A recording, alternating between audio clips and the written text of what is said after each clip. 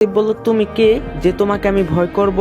কথাটি বলার সাথে সাথেই হাসিবের গালে কষে একটি থাপ্পড় মারে। এই দেখে সবাই ভয় পায়, কারণ এই তামান্নার বিয়ে খুবই খারাপ আর সবাইকে মারে প্রায়।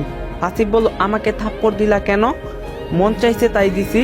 এই কথাটি বলার সাথে সাথেই হাসিবও কষে দুইটা থাপ্পড় দেয়। হাসিব ঠাস ঠাস করে দুইটা থাপ্পড় দেয়। কেমন লাগলো রে থাপ্পড়? হাসিবের থাপ্পড় দেওয়া দেখে কলেজের সবাই তো রীতিমতো অবাক, সাথে তামান্না আরো বেশি অবাক। হাসিব বলল, এটা কলেজ, তাই বেশি কিছু করলাম না। কলেজ না হলে দেখতি তোর একটা পশম খুঁজা পাতি না। এই সব শুনে ভীষণ খেপে যায় তামান্নার বয়ফ্রেন্ড, আর সাথে সাথেই কিছু ছেলেদের বলে হাসিবকে মারতে। সাথে সাথে সবাই হাসিবকে মারতে আসে। এটা দেখার পর হাসিব কোমর থেকে বেল্ট খুলে সবাইকে এক এক করে মারতে থাকে। কেউ যেন পেরে উঠতেছে না, সাথে তামান্নার বয়ফ্রেন্ডকেও মারতে থাকে। এটা দেখে স্যার দ্রুত চলে আসে। স্যার বলল, কি হয়েছে এখানে, কেন মারামারি লাগলো?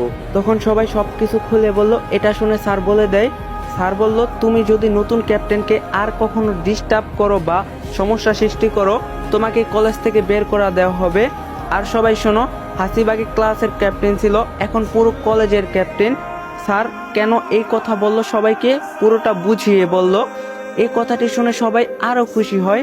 তো এইভাবেই দিন কাটতে লাগলো। দেখতে দেখতে 1 মাস হলো। হাসিবকে এখন সবাই চিনে, ওর ব্যবহার কথাবার্তা অনেক ভালো, তাই সবাই ওকে অনেক সম্মান করে। হঠাৎ একদিন হাসিব লাইব্রেরিতে একা বসে আছে। ঠিক সেই সময় একটা মেয়ে এসেই নিজের জামা কাপড় ছিঁড়তে থাকে লাইব্রেরিতে এসে। হাসিব বলল, আশ্চর্য, আপনি নিজের পোশাক নিজেই ছিঁড়তেছেন কেন? কারণ তোকে আমি ফাঁসাতে চাই, তুই কলেজে এসে অনেক সমস্যা হচ্ছে আমাদের। হাসিব বলল, যান এখান থেকে চলে যান, এইসব ঠিক না, বুঝছেন?